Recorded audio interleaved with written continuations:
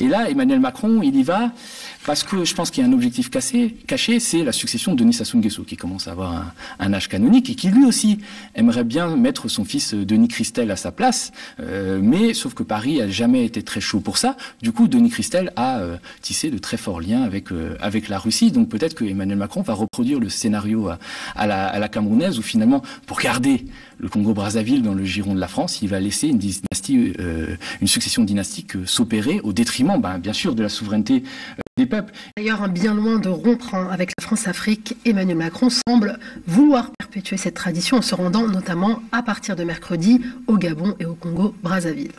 Et alors au Congo, c'est pas mieux, c'est pas les forêts, du coup, il va faire un déplacement de culture et de mémoire. Mais surtout, il va aller voir un des baobabs de la France-Afrique qui s'appelle Denis Sassou Nguesso, qui est au pouvoir depuis 1979, avec une petite éclipse dans les années 90, et qui, lui, a vraiment du sang sur les mains, depuis la guerre civile des années 90, et puis même la révolte réprimée en 2016 et 2017 dans la région du Poul. Et puis, il y a des liens très forts de corruption entre Brazzaville et Paris. Je parlais de l'affaire des biens mal acquis. On a l'impression que toute la classe politique française a défilé à Brazzaville, je pense de manière pas tout à fait désintéressée. Strauss-Kahn qui prodiguait des conseils à Sassou Nguesso, des conseils rémunérés, Nicolas Sarkozy, Squarcini.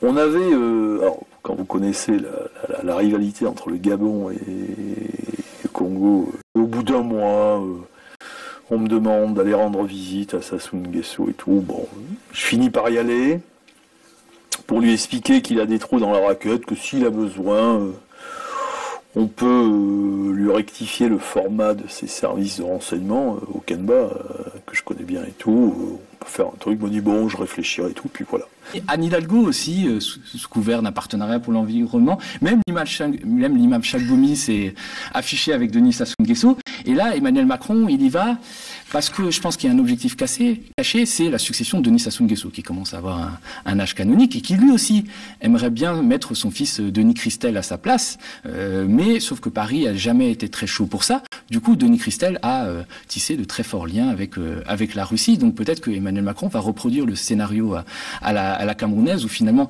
pour garder le Congo-Brazzaville dans le giron de la France, il va laisser une dynastie, une succession dynastique s'opérer au détriment, bien sûr, de la souveraineté des peuples. L'avenir d'Mboshi. L'avenir d'Mboshi. L'avenir d'Mboshi. Et que après, Sassou, que serait l'Mboshi? Il faut qu'on réfléchisse.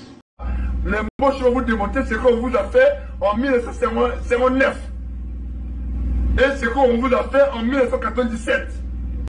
C'est pas fini.